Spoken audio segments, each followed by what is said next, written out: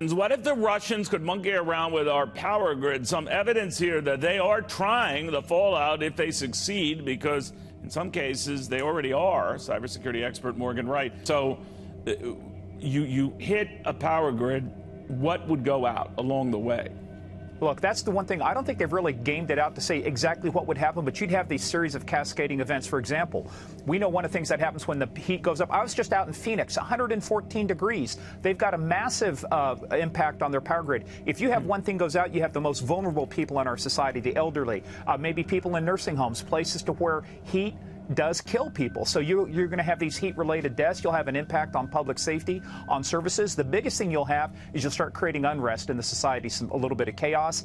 And we know what happens. If you want to take out a nation, as we've seen in war or terrorist activities, go after power, go after water. If you go after our power, you start affecting a lot of the things that we've come to depend on, everything from communications to our banking to, don't want to create such a doomsday scenario, but think of one thing that doesn't require power to operate. So one of the things I've learned with our grid is it's sort of strung together. A lot of people think that it's a sophisticated network of utilities and all of that. Right. But when one goes out, it's sort of like, a limb that goes out and another limb that goes out. And then right. Before you know it, you're in intensive care.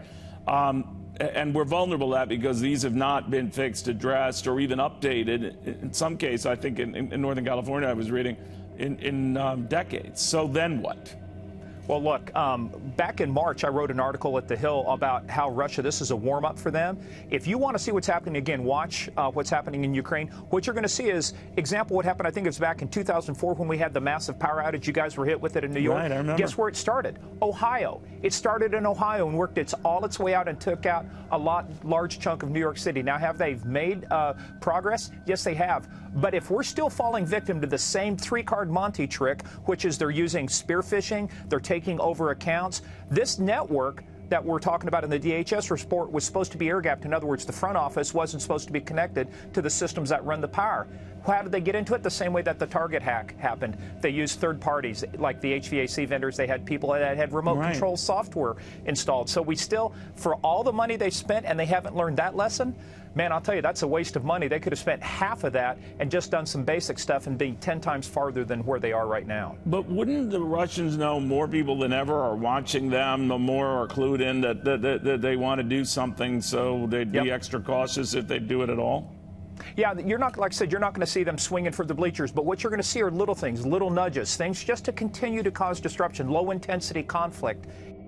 The U.S. is expanding its overseas military presence. According to Marine Corps General Joseph Dunford, there are now 300,000 personnel in 177 countries. That's up from 200,000 last year. Many of those troops are based in other NATO countries. Those include almost 35,000 in Germany and 12,000 in Italy. The U.S. also operates numerous bases in Asia, in allied states, including Japan and South Korea, and in war zones such as Afghanistan. In tonight's Whatever Happened To segment, President Trump's military parade here in Washington. It is shaping up to be something a little different than originally planned. National security correspondent Jennifer Griffin tells us where things stand right now.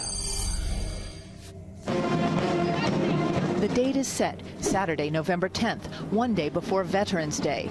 But the military parade in Washington may not be what President Trump had in mind when he watched French fighter jets and tanks parading down the Champs-Élysées in Paris last summer, sparking his idea to honor America's veterans. Language in the Defense Authorization Act passed in Congress this week prohibits forces from taking part that may be needed for war. Quote, to ensure that veterans and those currently serving remain the parade's focus and that efforts to restore readiness are not slowed, the NDAA prohibits the use of operational units or equipment in the parade if the Secretary of Defense believes such use will hamper readiness.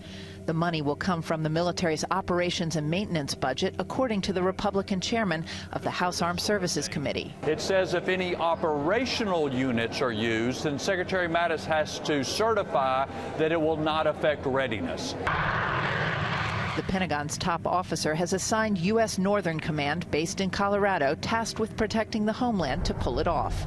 Initial guidance in March called for, quote, honoring the history of the U.S. military starting from the Revolutionary War and the War of 1812 to today, and coincide with the 100th anniversary of the end of World War I.